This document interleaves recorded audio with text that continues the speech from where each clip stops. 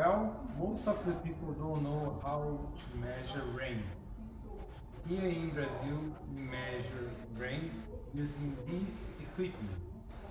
So I will tell in the end of the video the name of this equipment. The rain comes, pours down here, and then we collect the rain from here, and then flows, take one, 10 millimeters, take another one, 10 millimeters, we take another one,